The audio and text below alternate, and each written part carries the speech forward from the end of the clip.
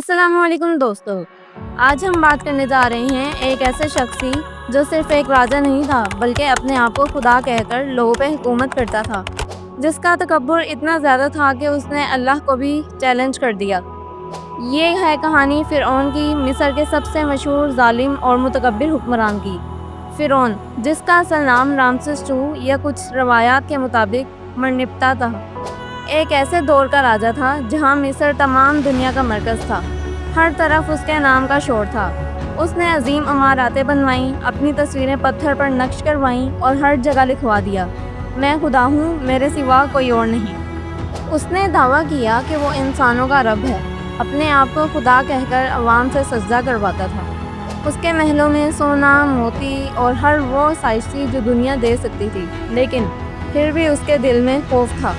اسے اندیشہ تھا کہ اس کی حکومت ختم ہو سکتی ہے۔ اسی دور میں حضرت موسیٰ علیہ السلام کی پیدائش ہوئی۔ قرآن ہمیں بتاتا ہے کہ فرعون نے ایک رویا دیکھا تھا جس میں اسے دکھائی دیا کہ بانی اسرائیل کا ایک لڑکا اس کے تخت کو گرانے والا ہے۔ فرعون نے فوراً حکم دیا کہ بانی اسرائیل کے سارے لڑکوں کو قتل کر دیا جائے، لیکن اللہ کی قدرت دیکھیے، جس موسیٰ سے فرعون کو خطرہ تھا، وہی موسیٰ اس کے محل میں اس کی ہی بیوی کے ذہنی سکون کے لیے پلا بڑھا۔ حضرت موسیٰ علیہ السلام کو ان کی والدہ نے ایک ٹوکری میں ڈال کر دریا میں چھوڑ دیا، اور وہ دریا چلتے ہوئے فرعون کے محل کے کنارے لگ گیا۔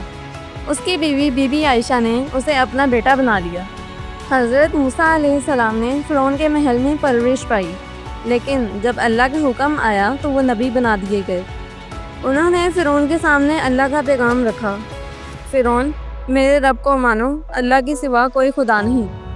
مگر فرعون کا تکبر اور ضد اتنی تھی کہ اس نے کہا، کیا تمہارے رب نے تمہیں بھیج کر مجھے نیچا دکھانا ہے؟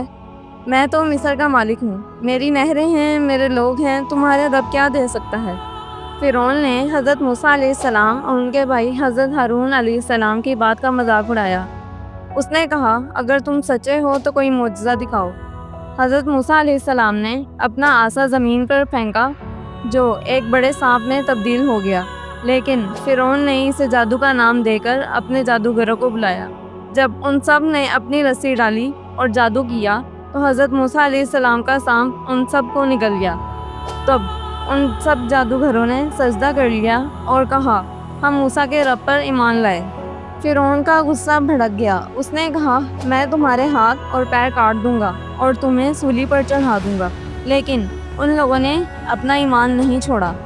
آخر کار اللہ کا عذاب طے ہو گیا۔ حضرت موسیٰ علیہ السلام نے فرعون سے کہا کہ بانی اسرائیل کو آزاد کر دو، لیکن اس نے منع کر دیا۔ پھر اللہ نے مصر پر ایک کے بعد ایک عذاب بھیجے، خون، مینڈک، قحط، اندھیری، لیکن فرعون نہیں جھکا۔ پھر وہ وقت آیا جب حضرت موسیٰ علیہ السلام اپنی قوم کو لے کر رات کے اندھیرے میں مصر سے نکل گئے۔ فرعون نے ان کا پیچھا کیا اپنی فوج کے ساتھ۔ جب موسیٰ علیہ السلام اور ان کی قوم سمندر کے کنارے پہنچے، سمندر سامنے تھا اور فرعون پیچھے۔ حضرت موسیٰ علیہ السلام نے دعا کی اور اللہ نے سمندر کو 2 حصوں میں بانٹ دیا۔ بانی اسرائیل گزرتے گئے، مگر جب فرعون نے بھی راستے میں قدم رکھا تو پانی واپس سے آ گیا اور وہ وہیں ڈوب گئے۔ مرنے سے پہلے فرعون نے کہا، میں ایمان لاتا ہوں اس رب پر جسے موسیٰ مانتا ہے، لیکن اللہ نے جواب دیا، اب جب تو پہلے انکار کرتا تھا۔ فرعون کی لاش سمندر نے باہر پھینک دی۔ قرآن مجید کے مطابق اللہ نے اس کے جسم کو مثال بنایا تاکہ آنے والے لوگ سبق لیں۔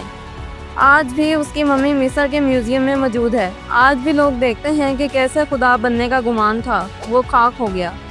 یہ کہانی صرف ایک فرعون کی نہیں، ہر اس انسان کی مثال ہے جو تکبر کرتا ہے، حق سے منہ موڑتا ہے اور سمجھتا ہے کہ وہ کبھی نہیں مرے گا۔ تو دوستو، آج کا یہ واقعہ آپ کو کیسا لگا؟ اگر آپ نے اس سے کچھ سیکھا یا آپ کو میری ویڈیو کسی بھی طرح سے پسند آئی تو پلیز میرے چینل کو سبسکرائب کیجیے تاکہ ہر آنے والی ویڈیو آپ تک پہنچ سکے۔